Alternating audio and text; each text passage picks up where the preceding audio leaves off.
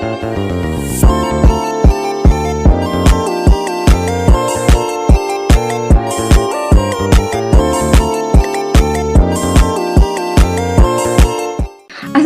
warahmatullahi wabarakatuh. Waalaikumsalam warahmatullahi Warahmatullahi wabarakatuh. Selamat malam semua. Bertemu lagi dengan saya Vina Febriani di acara podcast Suara. Nah, pada malam ini kita akan membahas sebuah tema yang sangat penting sekaligus mengkhawatirkan, yaitu ratusan siswa keracunan setelah santap makanan bergizi gratis. Nah, sebelum kembali ke bahasan kita yang lebih dalam, mari kita saksikan video berikutnya.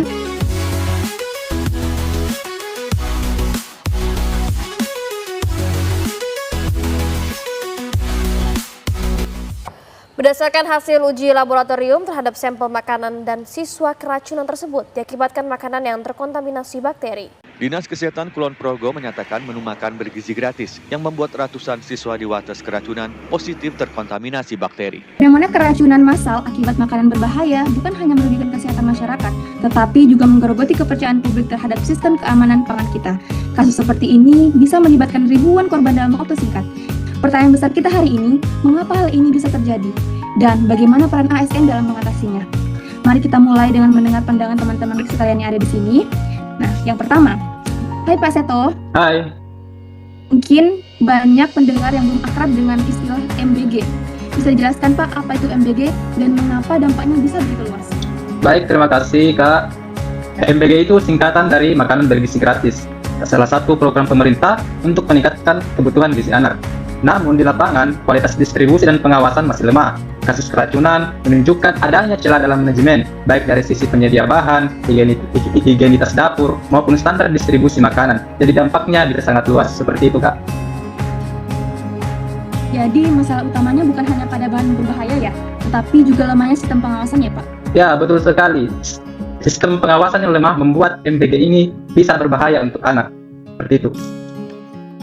Oke, sekarang kita ke Bu Sri Wahyuni. Dari sisi kesehatan masyarakat, apa dampak yang bisa kita lihat dari kasus keracunan massal ini? Nah, kasus seperti ini mempunyai dua dampak. Dampak yang pertama yaitu dampak akut. Korban bisa mengalami mual, muntah, diare, dehidrasi, bahkan ada yang harus dirawat intensif di rumah sakit. Kedua, dampak yang panjang. Yang kepanjangnya yaitu racun tertentu bisa menumpuk di dalam tubuh, melemahkan organ vital, bahkan meningkatkan risiko kanker pada anak-anak. Bahaya banget kan Pak ini. Wah, mengerikan sekali ya. Apakah sistem kesehatan kita siap menghadapi ribuan pasien keracunan secara tiba-tiba? Jujur saja Bu ya, tidak selalu. Jika terjadi di daerah terpencil, fasilitas kesehatan bisa kewalahan. Makanya pencegahan jauh lebih penting daripada sekedar penanganan. Itu yang penting Pak. Terima kasih. Ya, betul sekali. Sekarang saya ke Pak Tenri. Sekarang saya ke Bu Tenri. Banyak orang yang hanya mengaitkan keracunan makanan dengan dapur atau produksi pangan. Padahal lingkungan juga punya peran besar dalam hal ini. Bagaimana menurut Anda?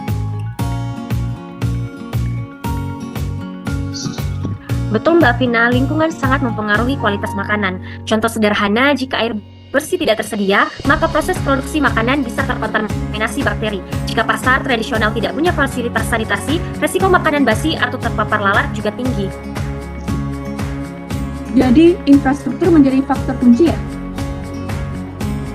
Iya, dan ASN di bidang teknik serta lingkungan punya tanggung jawab besar membangun fasilitas yang sehat, memastikan distribusi pangan sesuai standar, dan melakukan inspeksi sarana publik. Selanjutnya, Ibu Sabrina, ASN sering dituntut menjadi pelayan publik yang profesional. Dalam kasus MBG ini, peran ASN seberapa penting sih?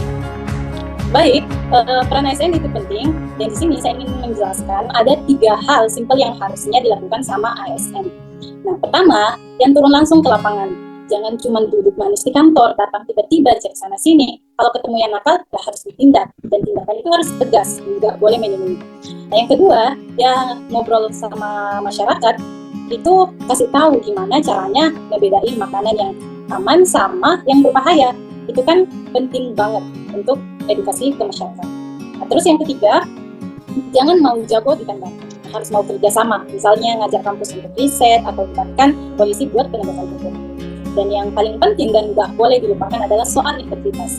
Para ASN ini harus berani bilang tidak atau nolak mentah-mentah kalau ada yang nawarin duit atau makan biar produk abal-abalnya lolos. Itu harga mati. Gitu. Oke. Selanjutnya, mari kita buka sedikit diskusi sekitar hal ini dengan teman-teman di sini. Pak Seto, Anda tadi berbicara soal lemahnya sistem pengawasan. Apa yang bisa dilakukan ASN untuk memperkuat hal ini? Ya, terima kasih. Kita sebagai ASN, kita harus lebih transparan dan berbasis data. Misalnya, setiap kali ada indikasi keracunan di suatu daerah, pengawasannya harus diperketat. Data hasil pengawasan juga harus dipublikasikan ke masyarakat untuk transparansi. Seperti itu, Kak. Ya, betul sekali Pak. Saya setuju sekali tentang itu. Tapi tantangannya banyak pedagang kecil yang mungkin tidak paham dengan standar. Jadi, saya harap ASN juga harus menjadi pendidik, bukan sekadar penegak aturan. Jadi ASN harus memang turun lapangan untuk mengawasi semua yang terjadi di dapur MBG tersebut, sehingga tidak terjadi masalah seperti ini. Ya, betul sekali, saya setuju juga. Dan dari sisi infrastruktur, ASN perlu memperkuat sarana pendukung seperti laboratorium pengujian yang mudah diakses di daerah, bukan hanya di kota besar. Jadi betul, ASN itu harus proaktif karena taruhannya adalah nyawa. Ini diskusi yang sangat menarik ya. Jadi selanjutnya saya ingin teman-teman di sini memberikan satu solusi utama untuk mencegah ribuan keracunan MBG di masa depan. Ya, Selanjutnya, Pak Seto. ya kalau menurut saya, kita perlu perkuat standar gizi dan juga jaga kebersihan dapur MBG ini. Seperti itu. Jangan lupa kita juga harus fokus pada edukasi masyarakat agar mereka lebih kritis memilih makanan.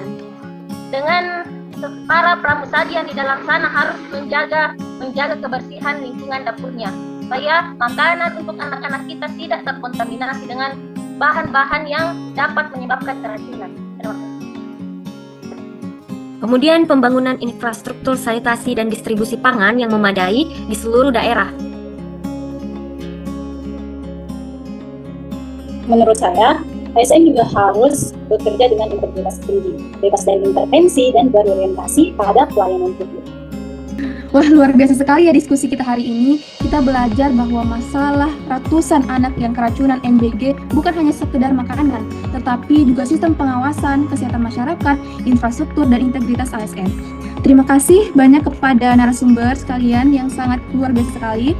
Pak Seto, Bu Sri Wahyuni, Pak Tendri, Ibu Tendri Dendra, dan Ibu Sabrina. Semoga diskusi ini membuka mata kita semua bahwa ASN Semoga diskusi kita malam ini membuka mata kita semua bahwa ASN juga punya peran yang sangat vital dalam melindungi masyarakat dari bahaya MBG. Saya, Vina Febriani, pamit undur diri. Wassalamualaikum warahmatullahi wabarakatuh. Waalaikumsalam warahmatullahi wabarakatuh. Waalaikumsalam warahmatullahi wabarakatuh. Terima kasih Mbak Vina. Terima kasih.